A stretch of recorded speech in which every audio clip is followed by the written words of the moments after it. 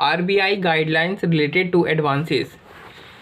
ऋषभ जैन है, ऋषभ जैन बैंक के पास जाता है और बैंक को बोलता है कि मेरे को आप 3 चीज़ें दे दो, एक तो कुछ लोन एडवांसेस दे दो, फिर कुछ बैंक गारंटी दे दो और एक लेटर ऑफ क्रेडिट भी दे दो,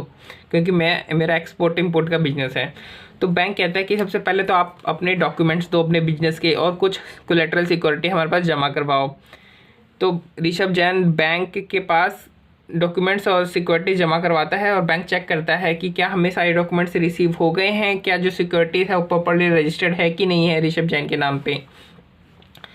फिर उसके बाद ये सब चेक करने के बाद जब सेटिस्फाई हो जाता है बैंक, उसके बाद बैंक क्या करता है, उसको कुछ लोन्स एंड एडवांसेस देता है, कुछ बैंक गारंटी देता है और एक लेटर ऑफ क्रेडिट भी देता है। तो हमें यहाँ पे चेक करना है कि क्या विद इन डेलीगेटेड पावर ये तीनों चीज़ें इशू की गई हैं, जिस भी ऑफिसर ने इशू किया है, और क्या लोन और एडवांसेस अच्छे से प्रॉपर्ली सैंक्शन हुए हैं कि नहीं हुए हैं, बैंक गारंटी को अच्छे से प्रॉपर्ली रिकॉर्ड किया गया है नहीं किया गया है, लेटर ऑफ क्रेडिट जो है वो जेन्युइन ट्रेड ट्रांजैक्शन के लिए ही दिए गए हैं ना। ठीक है, तो हमने इन तीनों को एक बार देखने के बाद कि क्या विद इन डेलीगेटेड पावर तीनों सैंक्शन किए गए हैं, उसके बाद अगर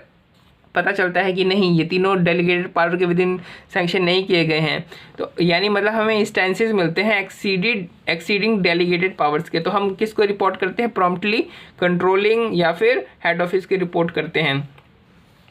जो कि फर्दर या तो उसे रेटिफाई कर दिया जाएगा या तो कैंसिल कर दिया जाएगा। अगर रेटिफाई कर दिया जाता है तब तो ठीक है। उसके बाद डिस्बर्समेंट हो गई, लोन की सैंक्शन करने के बाद डिस्बर्समेंट हो गई। अब डिस्बर्समेंट के बाद हमें पोस्ट डिस्बर्समेंट सुपरविज़न करना है और फॉलोअप भी करना है। फॉलोअप में 2 चीज़ों के लिए करेंगे, और फॉलोअप करेंगे कैसे, वैसे जैसे स्टॉक स्टेटमेंट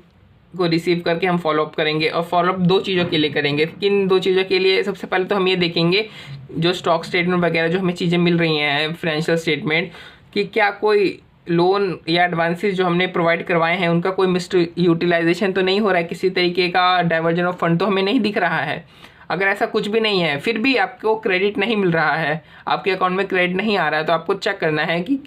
ओवर ड्यू है उसका फॉलोअप हो रहा है कि नहीं हो रहा है प्रॉपर्ली।